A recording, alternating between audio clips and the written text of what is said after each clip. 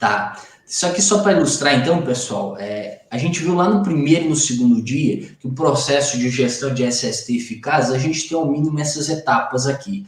Lógico, tem conforme a referência que vocês forem utilizar, vai mudar um pouco uma coisa ou outra.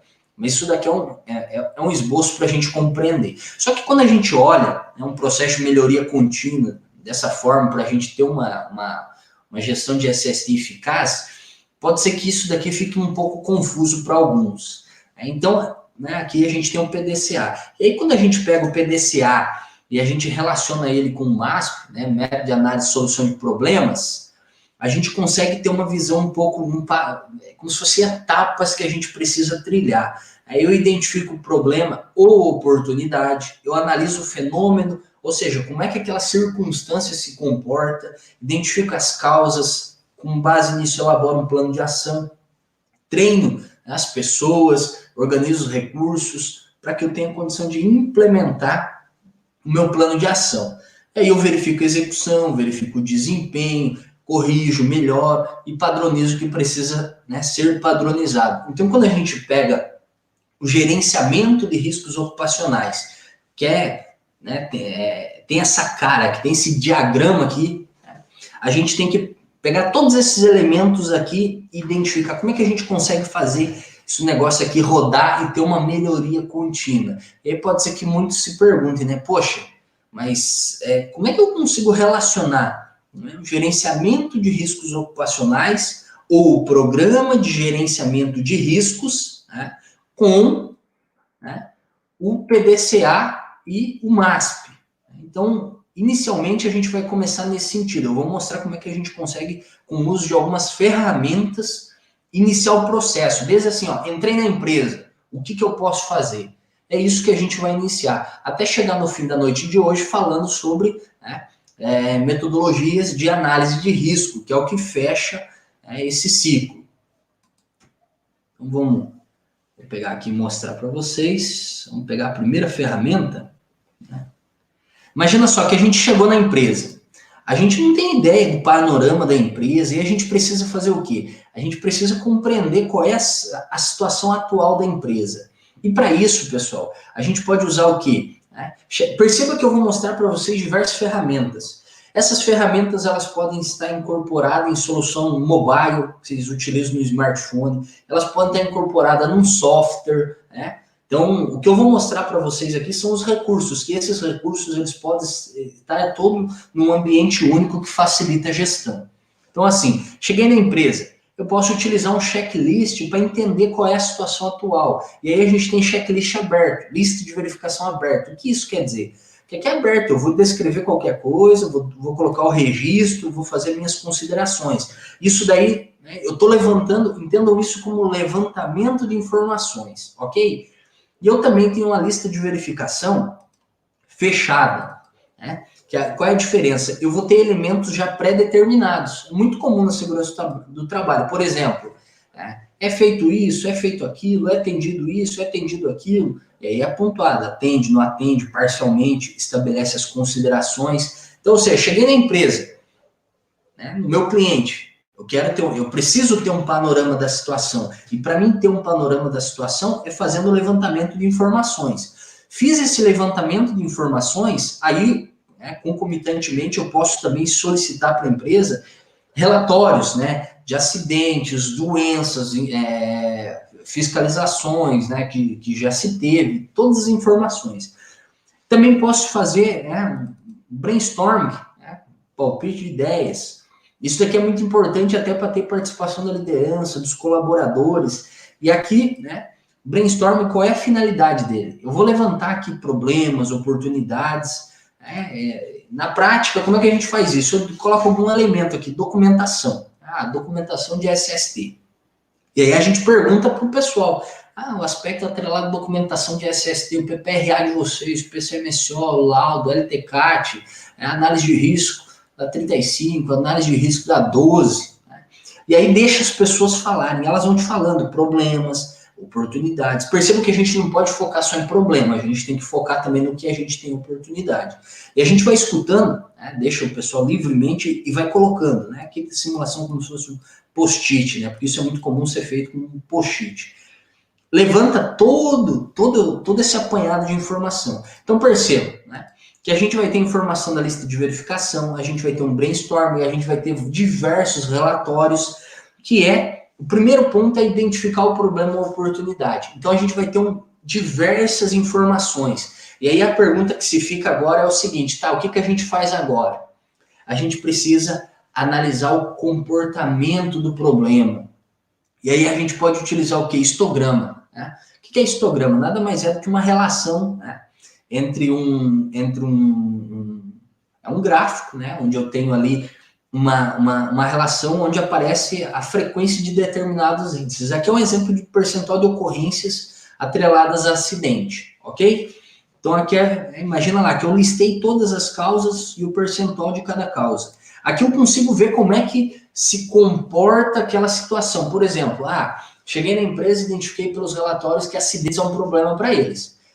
Segundo passo, analisar como se comporta esse problema. E aí, né, um histograma. Então, eu vou identificando aqui, a gente percebe que dos acidentes, a cada 4 acidentes, 1 é por agente biológico, né, nessa determinada circunstância aqui. Então, ou seja, isso já me gera um alerta, né, já me dá um ponto de atenção.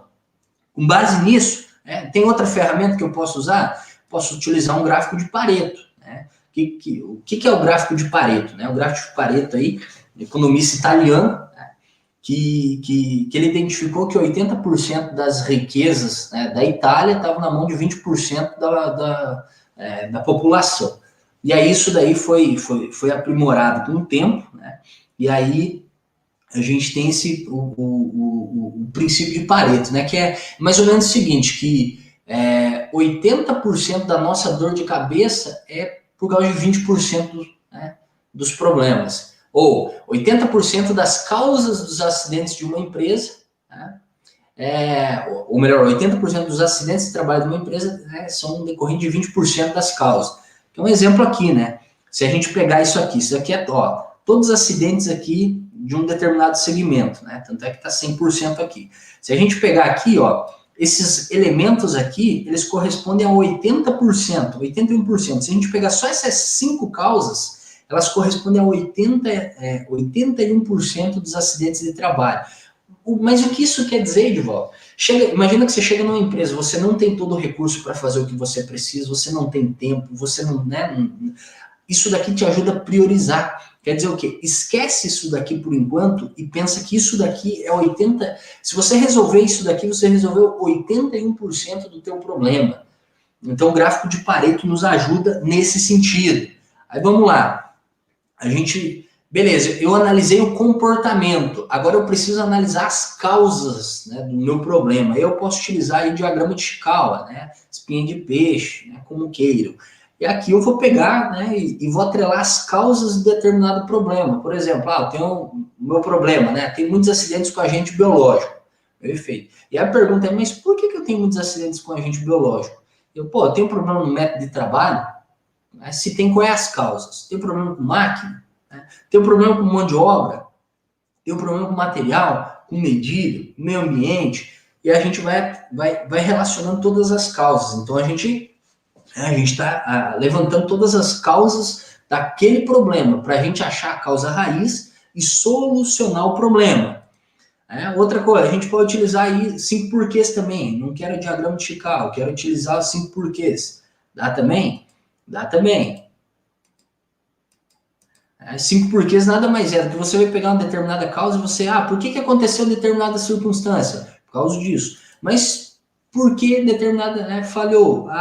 Falhou porque não tinha isso. Mas por que não tinha isso? Porque fulano esqueceu de comprar. Por que fulano esqueceu de comprar? Porque estava sobrecarregado. Então, qual é a causa do problema? A causa raiz, fulano estava sobrecarregado. Então, ou seja, isso aqui também é uma técnica para a gente utilizar aí para a gente identificar a causa raiz de determinado problema. Inclusive, 5 porquês é muito utilizado aí para fazer análise e investigação de acidente de trabalho. Posso também utilizar a FIMEA, né? Aí já é um recurso mais sofisticado, né?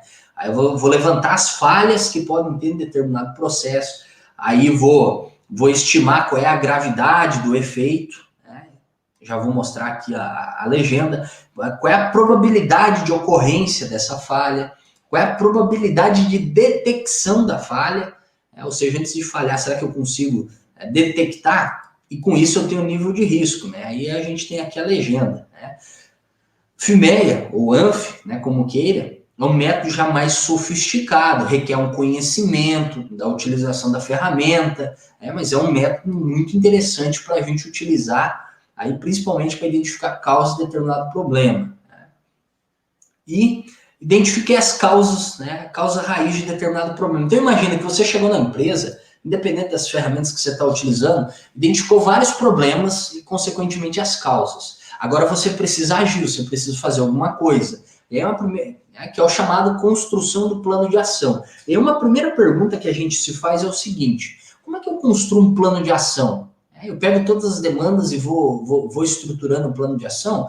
A gente tem que fazer isso de uma maneira organizada. Aí eu posso utilizar a matriz LUT, né? Que é a relação entre a gravidade, urgência e tendência, que isso me ajuda a priorizar um problema. Então imagina que você chegou a prestar consultoria numa empresa. Você levantou lá, a empresa tem dezenas de problemas. Você não sabe por onde começar. Você vem e prioriza o que você vai fazer.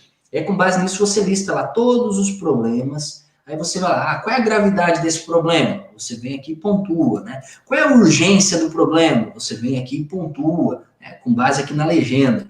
Qual é a tendência? Ou seja, se você não fizer nada, o que vai acontecer com o problema? Ele não vai mudar, vai piorar. Isso daí você interpreta com base na legenda. Aí, multiplicação entre os três fatores te dá um número e você prioriza por ordem, você tem, né, a prioridade. Isso quer dizer o quê? Perceba que você tem os problemas e eles estão priorizados. Aquele que tu precisa resolver primeiro e aquele que você, né, vai deixar por último.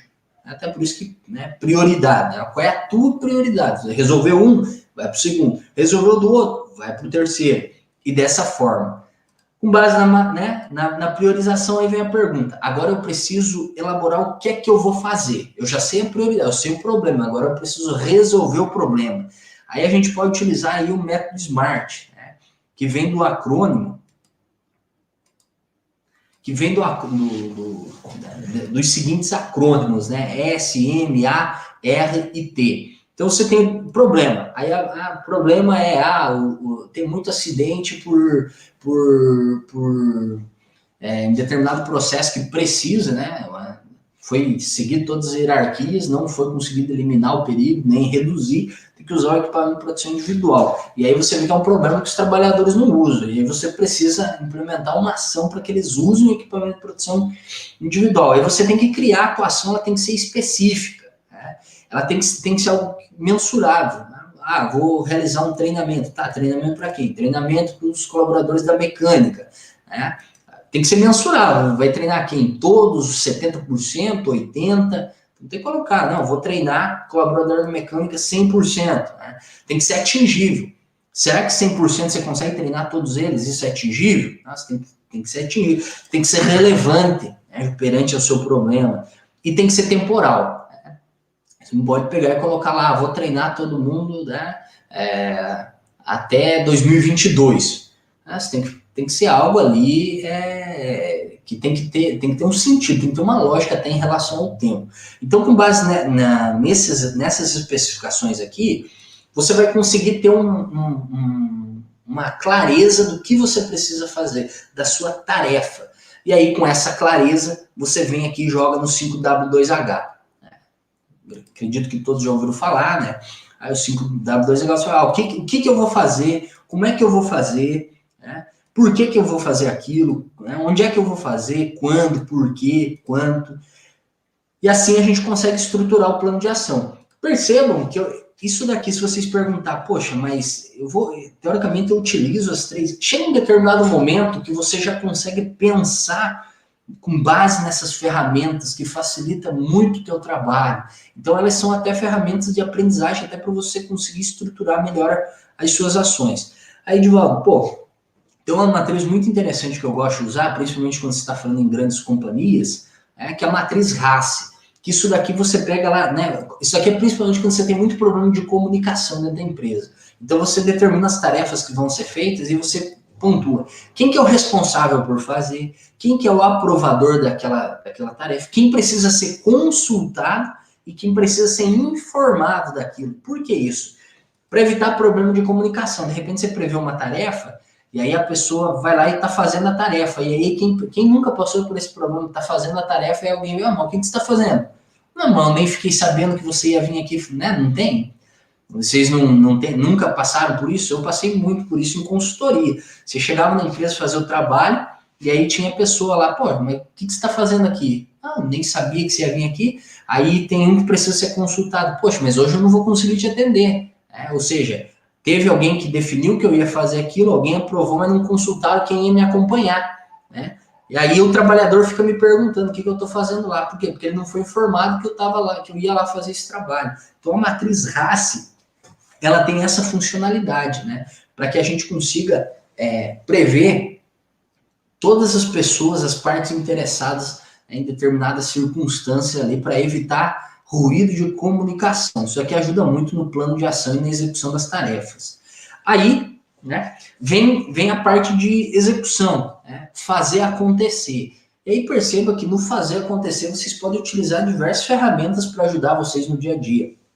Vocês podem utilizar o Trello, vocês podem utilizar aí o calendário do Google, né? Vocês podem, já vou usar algo mais sofisticado. Aí vocês podem utilizar, né, aí um gráfico Gantt, né? O gráfico Gantt aqui ajuda muito nesse sentido. Aí você vai colocar o nome da tarefa que você vai fazer, quando, né? Perceba que você fez seu plano de ação, lá você tem diversas tarefas. Aí você vem lista aqui todas as suas tarefas, a duração, o início, o fim, se tem atividade predecessora, ou seja, para você fazer aquela atividade, uma anterior precisa ser concluída. Quais são os recursos que precisam estar, né, atrelados, né? Aí você vem aqui e cadastra os recursos, né? Esses recursos eles podem ser pessoas, pode ser dinheiro, né? Diversos aspectos.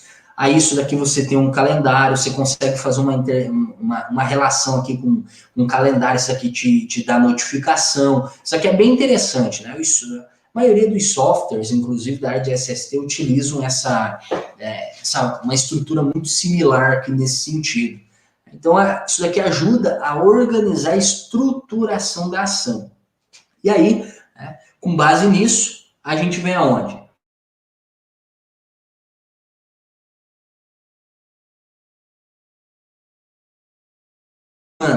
O que eu preciso verificar? Bom, será que atingiu o que eu planejei? Qual foi o desempenho? E aí a gente entra, né, com as ações de melhorias, ações corretivas, e a gente atingiu o nosso desempenho. Aí o que dá para a gente fazer? A gente vem e faz um mapeamento de processos. Né? O que é um mapeamento de processos? Até ontem eu mostrei rapidamente. Né?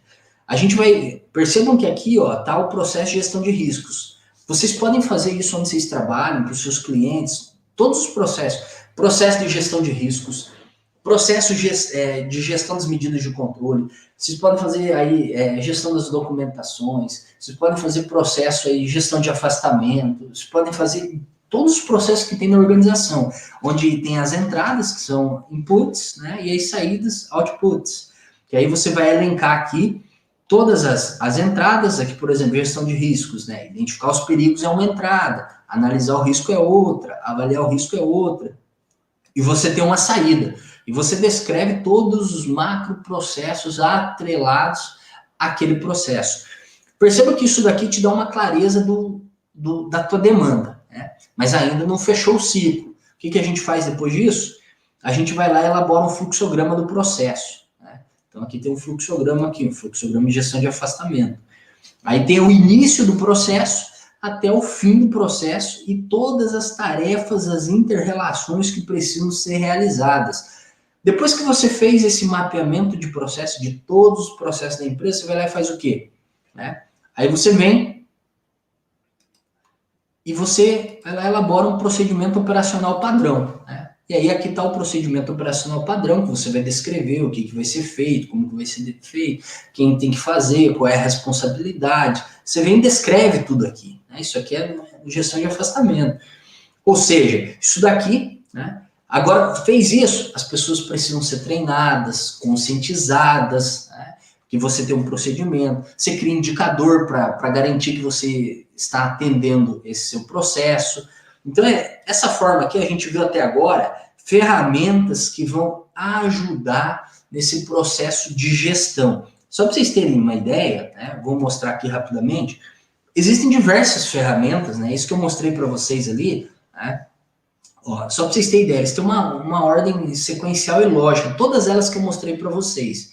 Né, então aqui eu vou passar rapidamente aqui nessa apostila, só para vocês identificar, né, que essas ferramentas elas são interrelacionadas. Ó, o ciclo PDCA tem relação direta com o processo de melhoria contínua aí da área de SST, né?